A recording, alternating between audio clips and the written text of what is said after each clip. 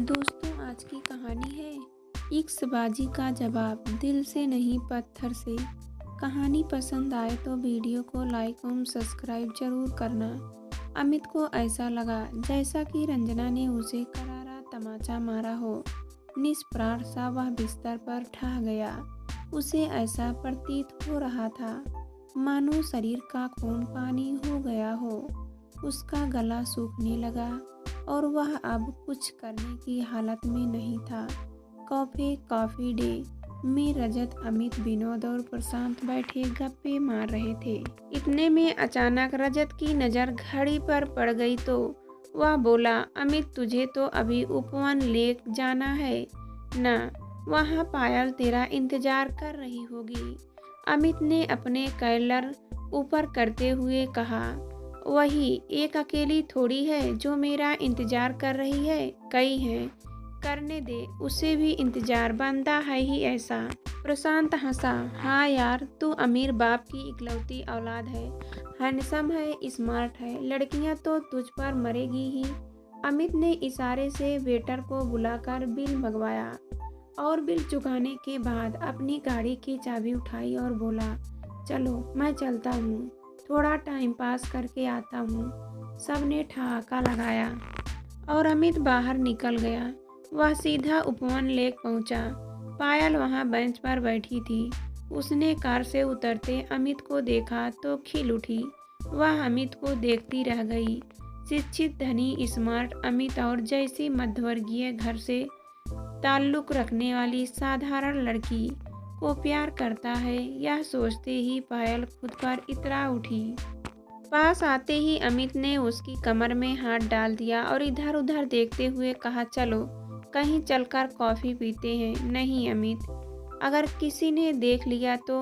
अरे पायल, मैं तुम्हें जिस होटल में ले जाऊंगा वहाँ तुम्हारी जान पहचान का कोई फटक भी नहीं सकता। पायल को अमित की यह बात बुरी तो लगी, लेकिन उसके व्यक्तित्व के रोब में दबा उसका मन कोई प्रतिक्रिया नहीं दे पाया। उसने चुपचाप सिर हिला दिया। अमित उसे एक शानदार महंगे होटल में ले गया और दोनों ने एक कोने में बैठकर कॉफ़ी और कुछ स्नैक्स का ऑर्डर दे दिया।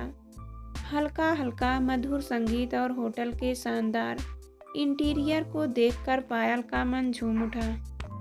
अमित की मीठी मीठी बातें सुनकर पायल किसी और ही दुनिया में पहुंच गई। करीब घंटे भर दोनों साथ बैठे रहे। इस दौरान कभी अमित पायल का हाथ अपने हाथ में लेकर बैठता तो कभी उसके खूबसूरत सुनहरे बालों को उंगलियों से सहलाने लगता।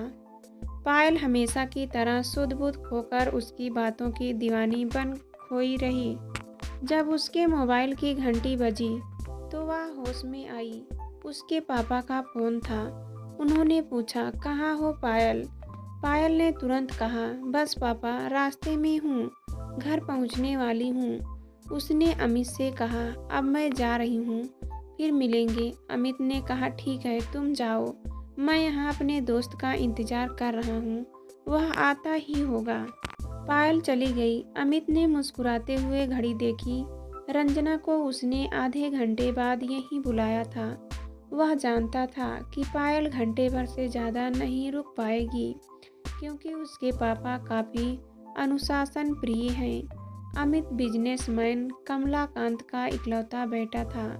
मम्मी का देहांत हो चुका था।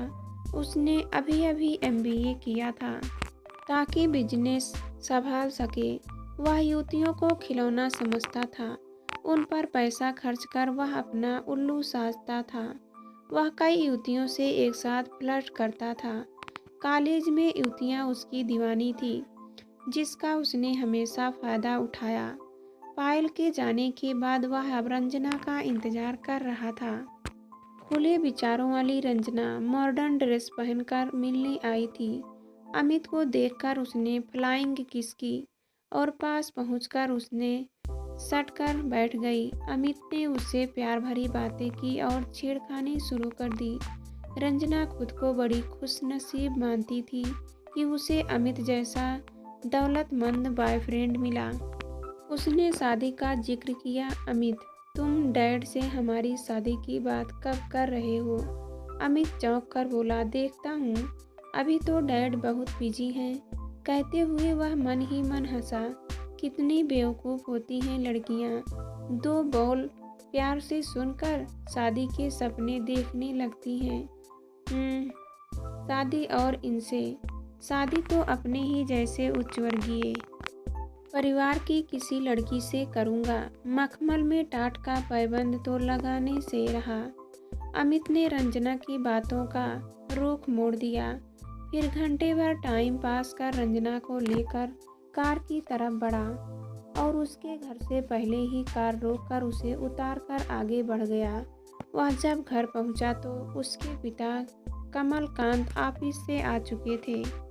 वे ड्राइंग रूम में गुमसुम बैठे थे। अमित गुनगुनाते हुए घर के अंदर दाखिल हुआ तो उसके पापा की नज़रें मिली।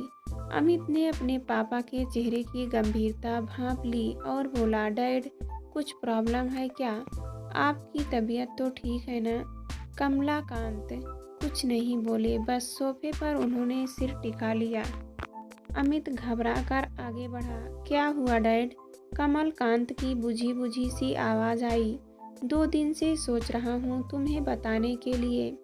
मुझे एमबीसी कंपनी के शेयरों में काफ़ी घाटा हुआ है। अब सारा पैसा डूब गया। ज़बरदस्त नुकसान हुआ है। दोनों बाप बेटा काफ़ी देर सिर पकड़ बैठे रहे। फिर कमलकांत ने कहा, कुलकर्णी की बेटी से तुम्हारे रिश्ते की जो बात चल रही थी, आज उन्होंने भी बात घुमा फिरा कर इस रिश्ते को ख़त्म करने का संकेत दे दिया है। अब तुम्हें कोई लड़की पसंद हो तो बता देना। तभी नौकर ने आकर खाना बनाने के लिए पूछा तो दोनों ने ही मना कर दिया। दोनों के होश उड़े हुए थे। दोनों बाप बेटा अपने अपने कमरे में रात भर जागते रहे। कमलकांत रात भर अपने वकील, सेक्रेटरी, मैनेजर से बात करते रहे। अमित ने तो अपना फ़ोन ही स्विच ऑफ कर दिया था। कहा तो वह रोज़ इस समय फ़ोन पर किसी न किसी लड़की को भविष्य के सुनहरे सपने दिखा रहा होता था। अगले कुछ दिनों में स्थिति और भी स्पष्ट होती चली गई थी। शहर में चर्चा होने लगी। इसी वजह से कमलकांत को हार्ट अटैक आ गया। उन्हें तुरंत अस्पताल में भर्ती किया गया। अमित की भी हालत खराब थी। रिश्तेदारों ने भी उससे दूरी बना ली। सिर्फ 1-2 दोस्त उसके साथ अस्पताल में थे। अमित पिता की रात दिन देखभाल कर रहा था।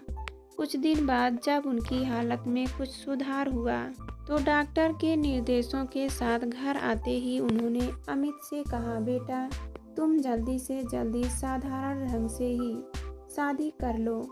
मेरी एक चिंता तो खत्म हो जाएगी। तुम्हारी तो इतनी सारी लड़कियां से दोस्ती है। मुझे बताओ, किससे शादी करना चाहते हो? डैड, पहले आप ठीक तो हो जाओ। मुझे तय करने के लिए थोड़ा समय चाहिए। समाचार पत्रों में छपी खबरों से अब तक रंजना, पायल और अन्य लड़कियों को भी अमित के चरित्र पर और कमलकांत की गिरती खास की खबर लग चुकी थी। अमित ने पायल को मिलने के लिए फ़ोन किया तो उसने साफ इनकार कर दिया और बोली, तुम एक आवारा और चरित्रहीन लड़के हो। लड़कियों की भावनाओं से खेलते हो। शादी तो दूर, मैं तुम्हारी शक्ल भी नहीं देखना चाहती। अमित पायल के व्यंग्य बाणों से अपमान, मानसिक पीड़ा और क्रोध में जला जा रहा था। इस पीड़ा से उसने अपने आप को बहुत मुश्किल से संभाला। सामान्य होने के बाद उसने रंजना को फ़ोन किया तो रंजना का भी जवाब था, तुम अब कुछ भी नहीं हो। अमित जिस पिता के पैसे पर ऐश करके लड़कियों को बेवकूफ़ बनाते थे, वह पैसा तो अब डूब गया। अब मेरी भी तुमसे कोई रुचि नहीं है। मुझे पूजा, अनीता और मंजू के बारे में भी पता चल चुका है। अब सब तुम्हारी हकीकत जान चुके हैं। पिता की दौलत के बिना तुम कुछ नहीं हो। किसी लड़की को अपने से कम समझना तुम लड़कों का ही हक नहीं है, बल्कि हम में भी फैसला होने की क्षमता, इच्छा, रुचि और पसंद होती है। काश तुम गरीब और साधारण रूप रंग वाले लेकिन चरित्रवान युवक होते और लड़कियों की भावनाओं से नहीं खेलते। कहकर रंजना ने उसकी बात सुने बिना ही फोन रख दिया। अमित को ऐसा लगा जैसा कि रंजना ने उसे करारा तमाचा मारा हो। निष्प्राण सा वह बिस्तर पर ढह गया। उसे ऐसा प्रतीत हो रहा था मानो शरीर का खून पानी हो गया हो। उसका गला सूखने लगा और वह अब कुछ करने की हालत में नहीं था। वह बड़ी मुश्किल से उठा और पापा को उसने अपने हाथ से जबरदस्ती कुछ खिलाकर दवा दी। फिर अपने कमरे में आकर निठाल पड़ गया। उसके दिलो दिमाग में विचारों की आंधी का तांडव चल रहा था। वह इस तरह अपने को ठुकराना सहन नहीं कर पा रहा था। उसने अपने में भी नहीं सोचा था कि उस जैसे स्मार्ट हैंडसम लड़के का कोई लड़की इस तरह से अपमान कर सकती है। उसने अब तक न जाने कितनी लड़कियों को अपनी बातों में जाल में फंसाया था, लेकिन आज उन साधारण लड़कियों ने उसके घमंड को चकनाचूर कर दिया।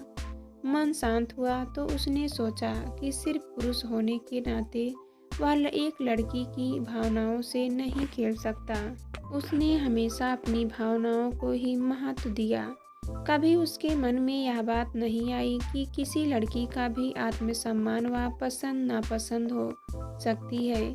उसके दिमाग में तो हमेशा यही गलतफहमी रही कि उसे पाकर हर लड़की खुद को धन्य समझेगी।